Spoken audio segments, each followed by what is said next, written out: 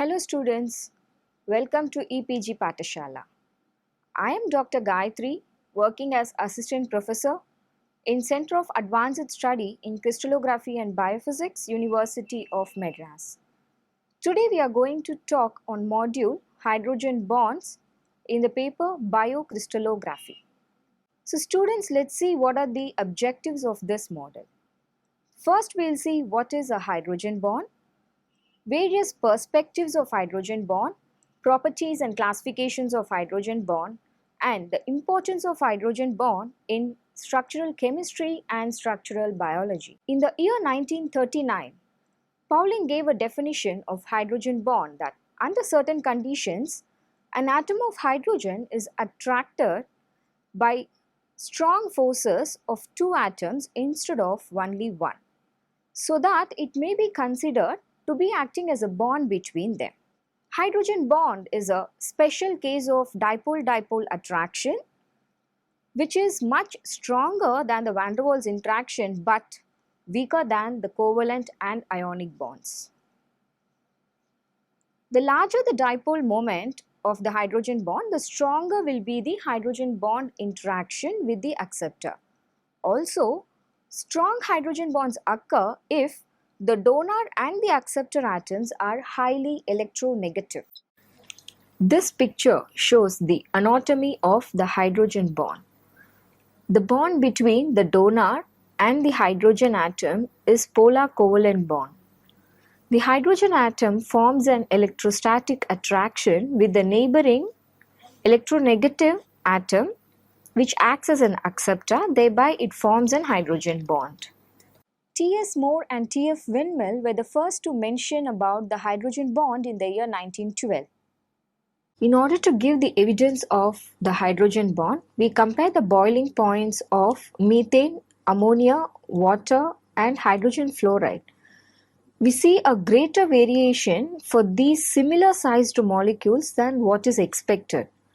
Most of the simple hydrides of group 4, 5, 6, and 7 elements display a tremendous rise in the boiling point with molecular mass, but the hydrides of most electronegative elements like nitrogen, oxygen, and fluorine have abnormally high boiling points for their mass. This exceptionally strong dipole-dipole attraction that causes this strange behavior is called as an hydrogen bond. Hydrogen forms a covalent bonds to more electronegative atoms such as oxygen, and because a hydrogen atom is quite small, the positive end of the dipole, that is a bond dipole, can approach neighboring electrophile or basic sites more closely than other polar bonds. Coulombic forces are inversely proportional to the sixth power of the distance between the dipoles. Based on this principle, the hydrogen bonds are relatively strong when compared to the van der Waals interactions.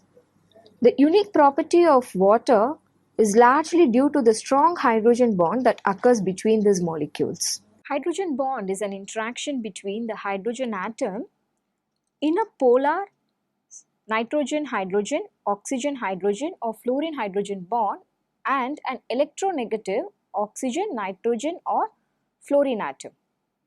The high electronegative difference of NH, OH and HF bonds cause these forces to be very strong than the van der Waals forces.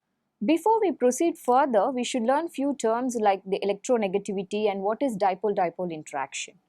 Electronegativity is a tendency of an atom in a molecule to attract the bonding pair of electrons to itself, thereby it forms a dipole and form the bonds. In other words, electronegativity is a tendency that tells how strongly the atoms attracts the electrons in a bond. If the electronegativity of an atom is high, then it attracts electrons. The difference in electronegativity determines the bond type and also it explains what is meant by a polar bond and a polar molecule. The high electronegative difference of NH, OH and HF bonds causes these to be stronger forces than the van der Waals forces. Before we proceed further, we will see what is a polar atom.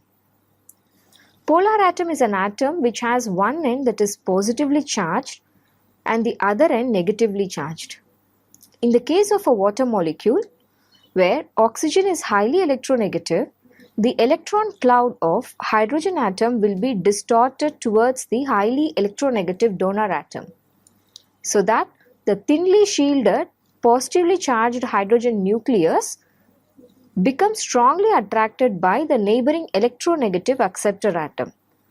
Thereby, the oxygen will have a partial negative charge and hydrogen will gain a partial positive charge.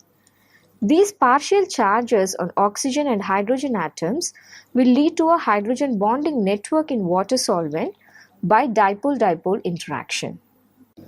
In dipole-dipole interactions, the hydrogen bond is a weak attraction between a partially positive hydrogen in one molecule and partially negative oxygen in the another molecule, thereby creating a dipole-dipole interaction. So the dipole-dipole interaction is an attractive force between positive end of one polar molecule and with the negative end of the another polar molecule. Classical hydrogen bonds will occur when the hydrogen atoms are bound to a highly electronegative atoms like nitrogen, oxygen or fluorine. Nitrogen has one lone pair of electrons, oxygen has two lone pairs of electrons and fluorine has three lone pairs of electrons. Therefore, there are two important conditions for the formation of classical hydrogen bonds. This picture shows the energy of the hydrogen bond. Based on the energy of the hydrogen bond, they are classified as strong, moderate and weak hydrogen bonds. In general, the energy of hydrogen bonds vary approximately from 8 kJ per mole to 40 kilojoules per mole. It is very clear from this energy chart of various bonds and interactions that the hydrogen bond is weaker than the covalent and ionic bonds, but it is more stronger than the van der Waals interactions. If we look into the bond energy of fluorine, hydrogen and fluorine, the bond energy is 161.5 kilojoules per mole. Whereas in the case of nitrogen, hydrogen and oxygen as a donor hydrogen and acceptor atom, the bond energy is approximately 8 kilojoules per mole. In order to categorize the hydrogen bonds as strong, moderate and weak, the distance between the donor and the acceptor atom is very much important. And the distance between the donor and the acceptor is considered as a bond length between donor and acceptor. Experimentally, bond length is in general shorter than the sum of the donor hydrogen bond length and the van der Waals radii of hydrogen and the acceptor atoms. The HA distance is not in all hydrogen bonds shorter than the sum of van der Waals radii. For a donor hydrogen group to be able to form a hydrogen bond, the donor doesn't need to be very electronegative always, but it is only necessary that the donor hydrogen bond is at least slightly polar. Also, in the case of hydrogen acceptor, the counterpart acceptor doesn't need to be particularly electronegative atom, but it has to supply the sterically accessible concentrations of the negative charges. Hydrogen bonds are generally classified as strong, medium and weak depending on donor acceptor distance, hydrogen acceptor distance and the angle subtended at the hydrogen atom. Hydrogen bonded complexes are generally stabilized by electrostatic, induction and the dispersion energy terms. The electrostatic term contributed by the dipole-dipole and ion-dipole interactions gives the hydrogen bonds their highly directional nature. In the case of weak hydrogen bond, the hydrogen bond is an interaction wherein a hydrogen atom forms a bond between two structural moieties, that is a donor and the acceptor. In this case, the donor is given with a symbol X, of which one or even both are of moderate to lower electronegativity. In order to get a complete idea and more details about the hydrogen bond, one can refer the book by Professors Desiraju and Steiner, the book titled as The Weak Hydrogen Bond in Structural Chemistry and Biology, published in the year 1999. This graph shows the distinction between strong and weak hydrogen bonds. In the case of OHO, hydrogen bond distance, that is the distance between the donor and the acceptor, varies from 2.3 to 2.8 angstrom, which is a strong hydrogen bond. Whereas in the case of CHO hydrogen bond, the distance between the donor and the acceptor atom varies from 3 to 3.8 angstrom, which is much weaker when compared to OHO hydrogen bond.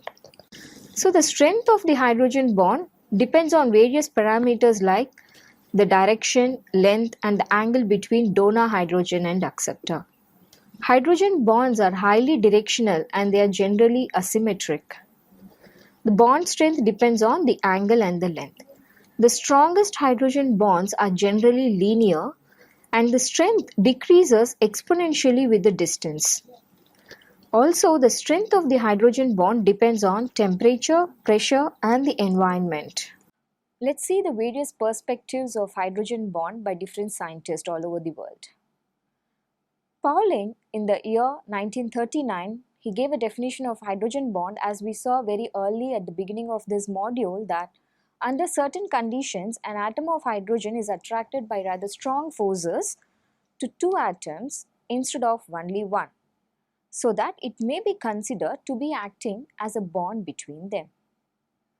Pimentel and Macklin definition in the year 1916 says that a hydrogen bond is said to exist only when there is an evidence of the bond and there is an evidence that this bond specifically involved a hydrogen atom which is already bonded to another atom.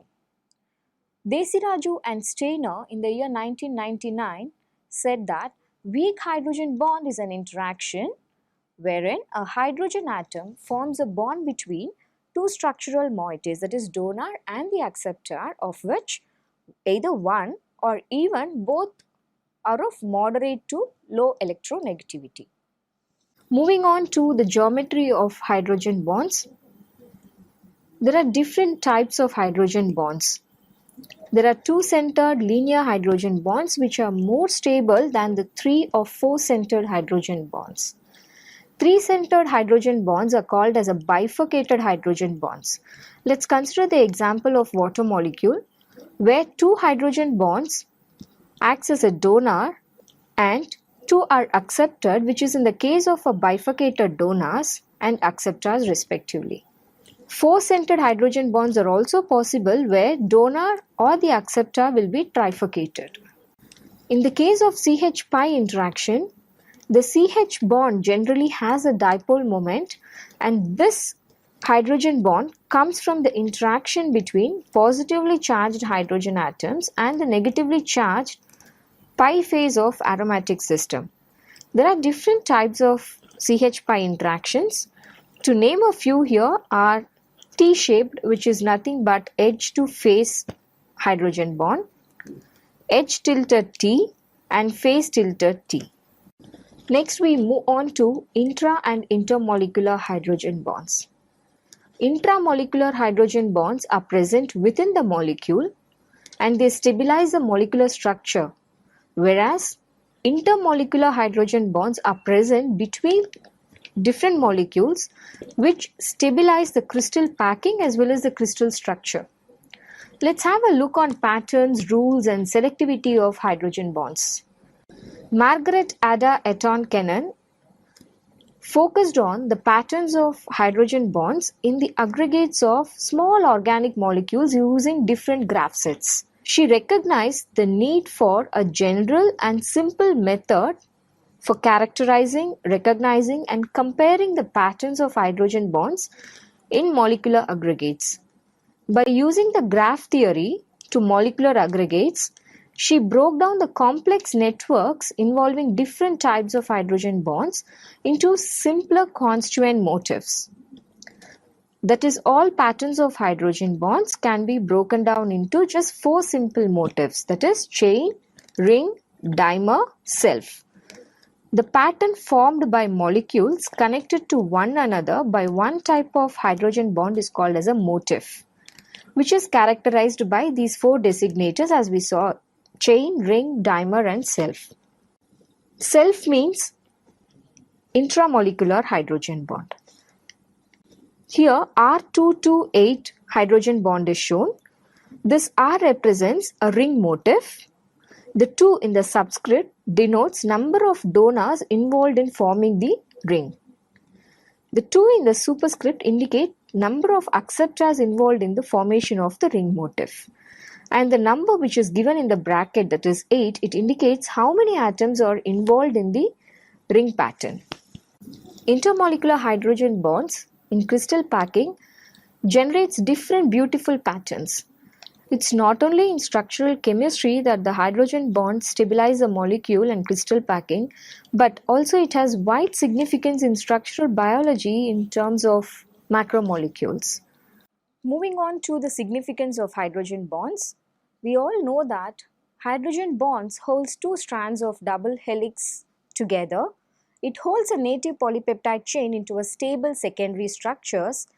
It helps the substrates to bind with their enzymes. It helps antibodies to bind to their antigen. Hydrogen bonds also contribute for the structural stability and also the folding of the molecules. It contributes for the catalysis and also in protein ligand, protein-protein and protein-DNA interactions. In the case of hydrogen bonds in DNA, hydrogen bond plays an important role in determining the three-dimensional structure that is adopted by macromolecules, where the bonding between certain parts of a molecule causes it to fold into a specific shape, which in turn helps in determining the molecule's physiological and as well as the biochemical properties. Let's consider the example of double helical DNA structure, which is formed by the hydrogen bonding between its base pairs and also by pi stacking interactions that link one complementary strand with the other. In general, we can say that DNA is a polymer of nucleotide linked together by phosphodiester bridges. As we all know that hydrogen bonds hold 2 DNA strands together. Phosphate group of one nucleotide bonds with the hydroxyl group of the following nucleotide, thereby generating a single strand of DNA molecule. DNA double helix is made up of 2 polynucleotide strands intertwined together to form a long helical structure. These 2 strands are held together and stabilized by hydrogen bonds between them. The nucleotide adenine pairs with thymine and guanine pairs with cytosine. The pairing occurs through the hydrogen bond. Between adenine and thymine, 2 hydrogen bonds are formed, and between guanine and cytosine, 3 hydrogen bonds are formed. In case of protein structures, the function of any protein is determined by its three-dimensional structure, which in turn is determined by the different types of bonds that stabilize the structure. Hydrogen bond is one of such bonds that stabilizes the secondary as well as the tertiary structure of proteins, and also it stabilizes protein ligand interactions and protein substrate interactions. Secondary structure of proteins like the alpha helix, beta sheets, the turns are created by the hydrogen bonds between the carbonyl oxygen and the amide hydrogen.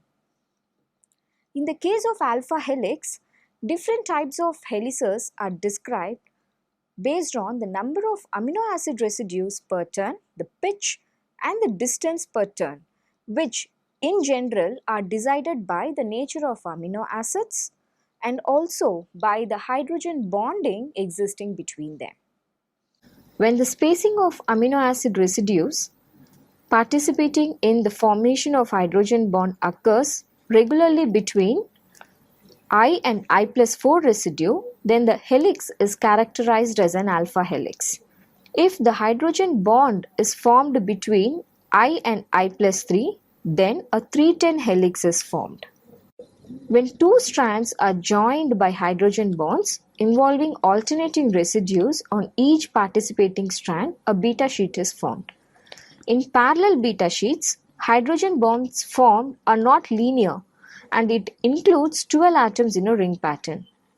But in the case of anti-parallel beta sheets, 10 to 14 atoms are involved in a ring motif generation, and the hydrogen bonds are linear and are more strong when compared with the hydrogen bonds formed between the parallel beta sheets. This picture shows the distinction between the anti-parallel beta sheets and parallel beta sheets. In beta turn, which includes 4 residues, the hydrogen bond is formed between the first and the fourth residue, where the central 2 residues don't participate in inter-residue hydrogen bonds.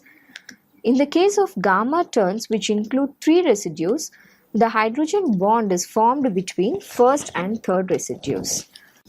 Hydrogen bonds play a major role in protein-ligand interactions at the active site of the enzyme. The donor or the acceptor atom can be either from the amino acid residue at the active site, or it can be from the ligand atom which binds at the active site of the enzyme. According to Lipinski's rule of 5, in structure-based drug design, there should not be more than 5 hydrogen bond donors and not more than 10 hydrogen bond acceptors in a ligand molecule. This figure shows, the central image shows how the ligand binds at the active site pocket of the enzyme. And the Lick plot representation can be made to see the number of hydrogen bonds the ligand makes at the active site, and also the hydrophobic interactions it makes with the amino acid residues at the active site of the enzyme. One has to keep in mind about the different contributions that arise from the hydrogen bonds. First, the orientation of the ligand by a binding partner sometimes is associated by the conformational distortion of the molecules. Recognition of substrates, inhibitors, agonist and antagonist, differentiation between sterically similar but chemically different ligands, for example the steroid hormones, the recognition of the nucleic acids, acid bases in DNA replication and translation. Also, the affinity of the ligand is the most important issue in ligand designing.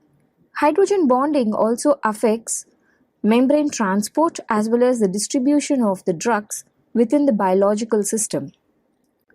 Hydrogen bonding is an extremely important aspect in the structural organic chemistry of biomaterials such as proteins, DNA, sugars, etc.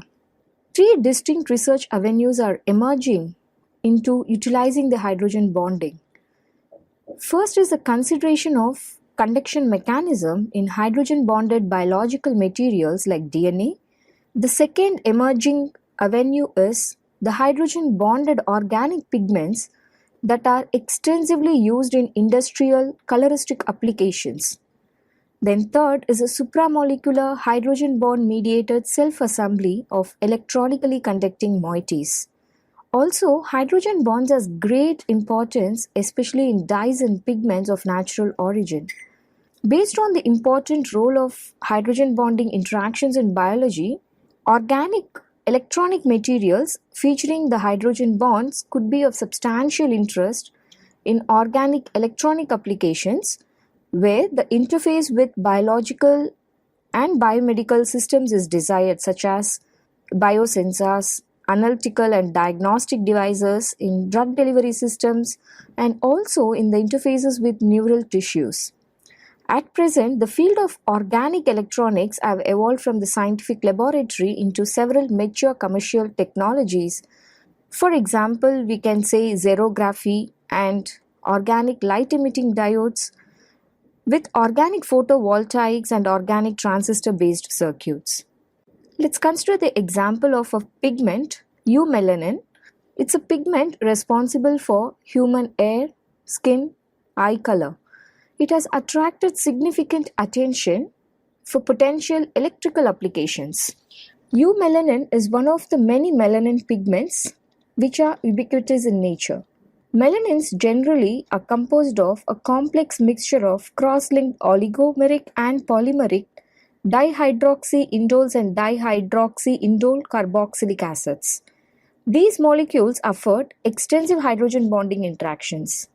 In the year 1974, Guinness et al. Showed that melanin behaves as an amorphous semiconductor threshold switch, which showed switching to a high conductivity state once a threshold voltage was reached. In the year 1992, the structural studies on melanin 5,6 indole showed that the melanin units closely form pi-pi stacking with an interplanar distance of about 3.4 angstroms. Later, it was demonstrated that the device quality thin films of melanin with DC conductivities are comparable to amorphous silicon, as well as it had photoconductivity response. Hydrogen bonded biomaterials have also been explored as a part of field on iontronics. Polysaccharides such as cellulose or chitin are the classic examples of polymeric materials where interchain hydrogen bonding profoundly influences mechanical properties. Though they are electrically insulating, polysaccharides can be very effective ionic and protonic conductors. In the year 2011, Zhong et al. Reported that solid-state electric field effect devices can be realized using the polysaccharide chitosan as a proton transporting matrix. By applying a gate voltage, protons are either induced or depleted in the proton conducting chitosan channels. Thereby, it provides an electrical modulation of protonic current. Transport of protons along the hydrogen bonded chitosan polymer is shown in this figure. This work represented a successful demonstration of controlling protonic current in a solid-state device based on hydrogen bonded materials. Apart from all these applications, synthetic hydrogen bonded supramolecular semiconducting assemblies is also gaining much attention. It is very clear from biomolecules such as proteins and DNA that hydrogen bonding is a highly specific tool for self-organizing organic materials. There have been numerous studies on utilization of hydrogen bonding mediated self-organization in the field of synthetic material science. However, relatively very few in the field of organic electronics. In the early days of organic semiconducting materials, it was recognized that the deviation from planarity of conjugated segments will lead to hypsochromic shifts in optical absorption and also often have poor conductivity. It was found that certain hydrogen bonded interactions introduced along a polymer chain could be used to enforce the planarity. Let's take the example about the interaction between OH groups and the Schiff base that can lead to substantial bathochromic shifts in absorption of polyazomethane polymers due to the planarization of the polymer. There are various approaches that involve hydrogen bonding between the adjacent chains that can also be exploited to planarize the polymers. So in general, hydrogen bonded mediated supramolecular semiconducting systems have been demonstrated for the field effect transistors and also for light emitting diode applications. Since Pauling's recognition of the crucial role that hydrogen bond plays an important role in biological materials like in DNA and proteins, it has become clear that hydrogen bonding is an extremely important non-covalent interaction that's very ubiquitous in nature and also has remarkable contribution for self-organization of complex molecular systems. Hydrogen bonding is found in natural dyes and pigments and has been explored in crystal engineering and industrially important pigments. Electronic and ionic conducting conjugated building blocks can also be functionalized with hydrogen bonded moieties that can accomplish the self-assembly into useful supramolecular structures. Based on all these applications, one can conclude the importance of the hydrogen bonding. So students, let's now summarize what we have learnt in this module on hydrogen bonds. We saw that hydrogen bonds play an incredible role in providing the stability to the three-dimensional structure of small and macromolecules. The strength of the hydrogen bond is characterized based on the electronegative potential of the donor and the acceptor atoms. The strength of the hydrogen bond also depends on the distances between the donor hydrogen, hydrogen acceptor and the donor acceptor atoms.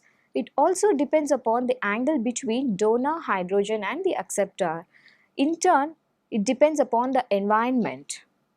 We also saw the importance of hydrogen bonds in the stability of macromolecules and also the functional importance of hydrogen bonds in protein ligand complex formations.